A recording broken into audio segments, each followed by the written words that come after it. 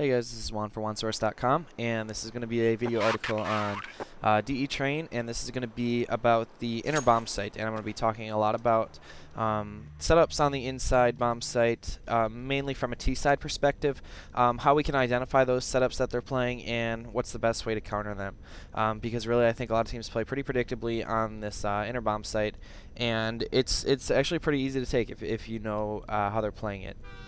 And then I'm going to go ahead and talk about the setups on CT side, which I think are best, and I think how you can best utilize those setups so that you can have the best hold inside and outside as well.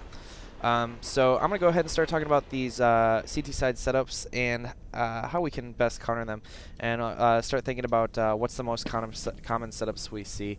And first off, I think the most common setup these days, and I think which is probably one of the better ones, is what will happen is there'll be a rifler close, generally on the bomb site, playing somewhere maybe under one of these trains or behind the bomb train here or flatbed or something. There'll be one rifle close, and his job close is to kind of listen and spot. Sometimes he's going to be spotting for feet cross at like this spot right here or something like that. He's going to spotting to see if anything goes up, and when he calls something, then he's going to have a rotator, and a lot of times the rotator will be in the Z connector right here, and this Z connector guy will come out here. He'll assist with the rifler playing close, and he's going to up, down, upper, or assist lower, depending on what the rifler close is watching. And like I said, this is probably one of the most common setups: one rifle close, and one op deep. Okay. So I'm gonna go ahead and start right away with one thing that we can do to counter that. And what generally happens if a team is playing like this is at the beginning of the round, the rifler will come up here and he'll spot right away, and the opper will go into Z and he'll try to pick Z right away. So at the beginning of the round, even though this guy's pretty much designated to play upper, he's not watching upper or inside for that matter at the beginning of the round. He's picking Z. Okay, so one idea that we want to consider when a team is doing this type of setup is just a straight rush, and a lot of times that's just straight down lower, because this opper isn't going to be posted up in time for, when we get there. He's still going to be spawning Z, especially if we send a guy early in the round. Say we have one good spawner to op Z, we send him here and we just have him pick Z. That's going to keep the guy in Z occupied, and he's going to be less likely to rotate inside quite as fast. So one option is to do that, send an opper Z, and then the rest of the rush of your guys straight down lower. Okay. Now a lot of times there'll be one rifler right here, and you'll have probably 3 riflers coming down just trying to clear this close area, and hopefully you can get at least a trade here, and then have maybe one opper just post up on the Z to the rotate, so that he's just watching that Z. So when that guy comes out, he'll already have a good shot on him. The other option is to send your opper up to this angle and just post on that Z. So I definitely think that's a great option when a team's running that type of setup, is just a straight rush down here, no flashes or anything even. You don't want to kind of give away that you're coming down, and you want to go really quick. You don't want any hesitation. Usually you want to do this with spawns that are really good for inside, and just all 3 of your riflers, keep your guns out, ensure you get the trade here, push up, get the plant down, and then you're in pretty good position. Because what will happen is if you send one guy to Z to pick early in the round, he's going to be able to rotate back, and he's going to be able to come up these white walls, whatever here, and he'll be able to watch the flank and pretty much just stay alive here, and he can worry about ladder. And then we'll have 2 guys alive, hopefully, from planting the bomb, and they'll be able to just hide under trains or flash and push up or whatever. And then you'll have another opper either on this lower ramp posted on Z, or at this upper posted likely onto Z also. So that's definitely one good option to do against that setup. Another option here is that since you know how that Z opper is playing, he's going to pick Z early and then he's going to go to watch upper, is you can try to go ahead and try to rush this upper without this guy the lower guy being able to spot you. And you can do that by trying to get a bunny hop off here. If you have someone with a good spawn and they happen to be a pretty good bunny hopper, I'm gonna try to do it right here quick, but I'm not always that great at it. I kind of got it. But see, you can kind of bunny hop this, and if they're doing the foot spot and they're trying to spot the cross, you're gonna fly past them and then they're not gonna be able to see you, and you're gonna get out here right away. And in fact, if you have a good spawn, you're gonna a lot of times teams will come out here and pick down here with an op. You're gonna beat this guy to this corner a lot of times. So you're going to be able to get a really good shot on a guy here. And then if you have an op, what I like to do if an opper does this, is he's just going to get into this position right away and just stay posted right here and post on Z. And he's going to have a great shot on a guy doing that. I think he's pretty safe doing that a lot of times because a spot like this, I think this is a lot less common these days. People aren't as worried about holding upper like this with an op. It almost seems like a waste of a player because outside is I think comparatively much more difficult to hold. So having an opper right here is kind of like wasting a player. You can kind of spot both these angles right here, but it's pretty flashable, and if they don't come out upper, they pretty much have a free sight take if that's how you're holding the sight. So like I said, I think that upper spot isn't as common. So if you want to bunny hop and get a opper post up right here and pretty much just silently doing this, it's a great thing to do to transition to your strap. So once that opper gets posted, what you can do is send smokes down here and then just have the rest of your players just plow down here, not having to worry about anybody's Z, and just having to worry about this close right here. And again, likely you'll get a trade on the site here and get the plant down as long as you guys clear everything. So that's one option to deal with that setup. However, I want to talk about some other setups too. And I think the easiest setup to take against is having people just play back with ops. Now this is also pretty common too. In fact, we do it too once in a while, and we can get away with it because people don't really take notice to our setups as much. If they would notice exactly what we're doing, it'd be pretty easy to counter. But it's not something that people really notice all that much. They don't pay attention to it, and that's why it's so important to pay attention to the setups, because this would be so easy to counter. So a lot of times what we do is just have an opper, like a single opper can hold the sight if he just goes from right here, and just like ops down lower, and have another opper Z, and maybe so it's just two ops pretty much holding the sight. Now, this is incredibly easy to counter, and just people don't do it enough, because I see this setup a lot, and it's so easy to beat because all you do is you can send pretty much all 5 of your guys inside, and well, you should probably dedicate one to the flank, since it's going to be very blatant take into inner. It's going to be very obvious that you're going there with the smokes, so you want to dedicate someone to having the flank. Probably like a rifler watching ladder and switching between spawn. But yeah, you dedicate someone to the flank, but the rest of your guys, it's just going to be very blatant that you're going inside, and all it takes is double smokes down lower, and they're not going to be able to do anything. I mean, this opper's just going to be completely blocked out from down here. He can't see a thing. So once you get those double smokes off down lower, you come down here, have one guy keep his gun out, just be sure that nothing is close. But what you need to do then is just flash deep, okay? And you need to wait for these flashes to pop before you go into these lanes, okay?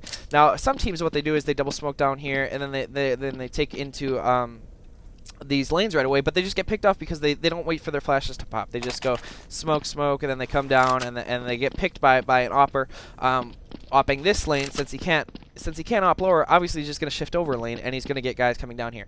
So you need to take that into consideration, and after your smokes go down here, smokes are going up, come down here, you need to flash deep, flash twice. Once the flash pops, you come out here and start planting the bomb, and you're gonna usually have 3 or 4 riflers doing this. So you guys need to take your turns, kind of streaming flashes. You don't want to use them all at once, and just keep a layer of flashes over and over, so that the opper in the back just keeps getting pounded, so you can safely get the plant down and into position.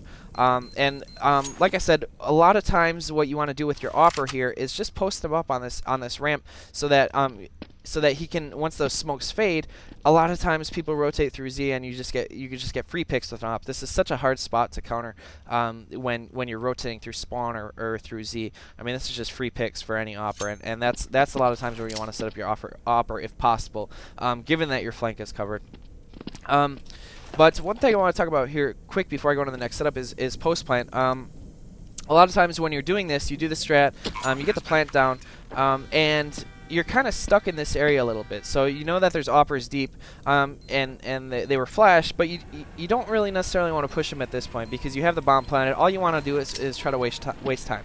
So if you want to try to get almost back into the back hall all the time, especially if you have a good plant. If you can get 2 or 3 guys in the back hall, it's kind of like how I talk about pit on Inferno. It's very difficult to it's very difficult to beat that post plant because there's just so much time you can waste over there. There's so many angles you can peek, and if you have two guys just playing with you back and forth from upper and lower, it's so difficult to get that diffuse off. You know, especially, yeah, I mean, even if you have 3 or 4 guys still alive on the CT side, it's so difficult to do. So you know, if you don't have anywhere to go and you know there's oppers deep, you know, don't force it. Don't force pushing up here. A lot of times, this is, you know, this is a good idea if they don't expect it, or you know, if you can do it very quickly. But if you already have the bomb planted and you're still back in this area, don't force the push. You're just going to be pushing into them posted up. Just get back into the back hall here. Get into a safe spot. Maybe even help watching the flank until they come up here and just listen for the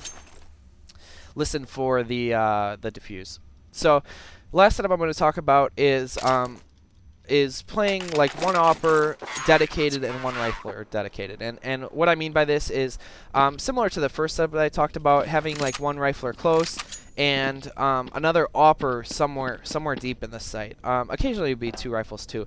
But what I mean by this is they're dedicated to the site, meaning that they're both watching upper pretty much at all times. Nobody's going into Z early in the round. Nobody is picking Z. The opper is always going to be dedicated into the site.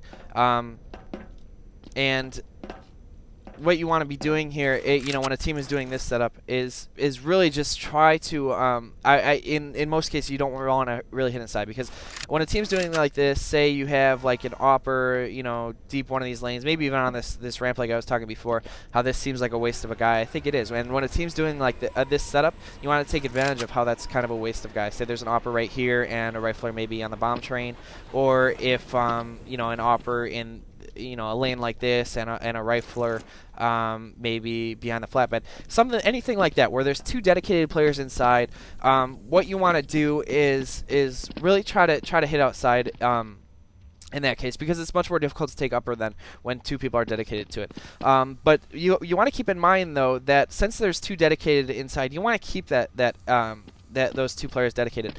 And so when you know a team is playing that setup, like I said, avoid inside, but you also need to be putting a little bit of pressure there inside at the early part of the round to be holding them there. And you can do this a lot of times by just having one person kind of go right here. A lot of times what I do is I send an opper to hold people inside when people are doing that. And what he'll do is he'll come down right here. If he doesn't want to like bunny hop, or if he has a bad spawn, what he'll do is just he'll get on the stairs, post up, make sure that there's nothing pushed upper. You know, first off, because a lot of times oppers will do that, and so I always send an opper to clear this because it's difficult for an AK to clear that. But I'll send an opper down here. He'll clear that upper push, and then what he'll do is they'll just smoke this spot so that they can't spot feet, so they can't know how many are coming. Okay, and that's very important on your T sides, is to never allow them to know exactly how many are in this back hall.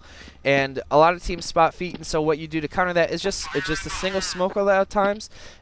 Will confuse them enough to kind of look like other strats. So at that point, then you can shift into maybe your outside splits or something, whatever. But putting pressure inside like that just holds 2 more guys and makes it so much more easier to take outside. And so yeah, like I said, you need to be taking outside in that cases. So now I'm going to talk a little bit about CT side, about which setups I think are best in a lot of these different types of situations. So. Well, I happen to have a really good spawn here, and obviously, I mean, this is pretty common, so I'm not going to talk a whole lot about it. But when you have a really good spawn like that, I think in a lot of cases, if you have an opper, you want to take advantage of that and have them push up and have them peek down here. You know, however, I don't know these angles all that well, but however, you know, an opper does this, and that just allows you to play 4 outside right at the beginning of the bat. I mean, this guy has such great spotting and such great picking ability here that you really want to take advantage of that whenever you can. And you want to be switching that up. That's a good way to switch up your inside setups, is to occasionally just single hold this with an opper, and that's a great way to throw them off, and so that they're not always expecting the same thing.